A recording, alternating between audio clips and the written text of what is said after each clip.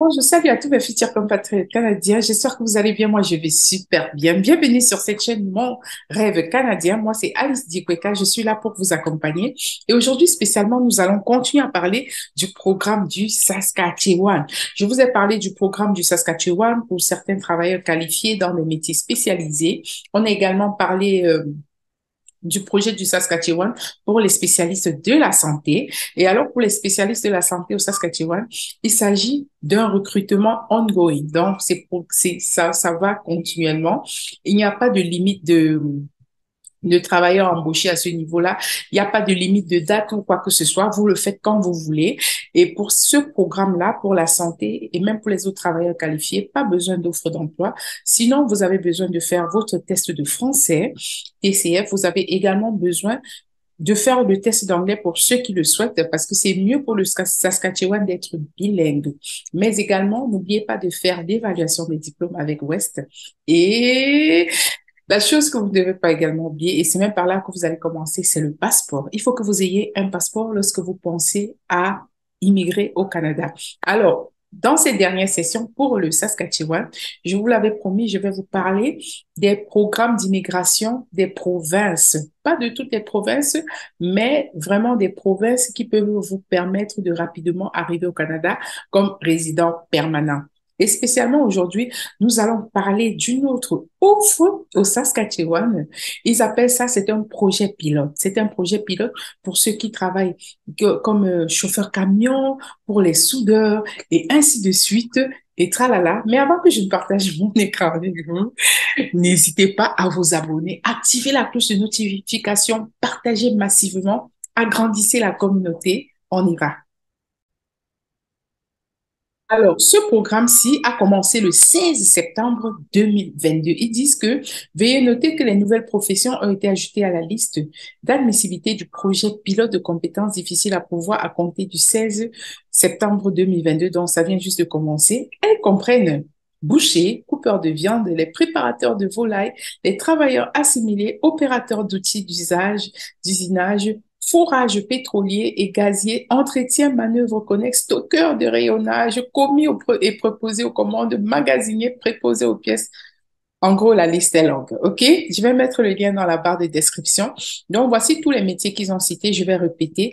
Vous avez les ouvriers dans la transformation alimentaire et avec la CNP. Quand vous faites vos CV, n'oubliez pas d'inclure votre CNP. Vous avez tout. Vous avez les monteurs, les contrôleurs mécaniques, vous avez les opérateurs de scierie. Bref, la liste est longue.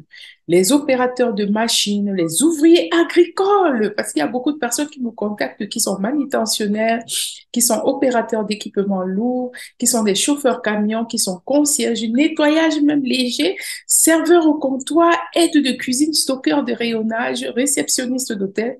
Mon Dieu, la liste est longue, OK? Et maintenant, c'est quoi les conditions? Vous devez avoir au moins un an d'expérience de travail à temps plein au cours des 3 dernières années, donc, ou 6 mois, donc soit 780 heures d'expérience, plus de 30 heures par semaine dans l'emploi chez l'employeur qui vous a fourni la lettre d'approbation. Ceci dit, vous devez trouver une offre d'emploi et dans la prochaine vidéo, je vais vous montrer comment trouver du travail au Saskatchewan.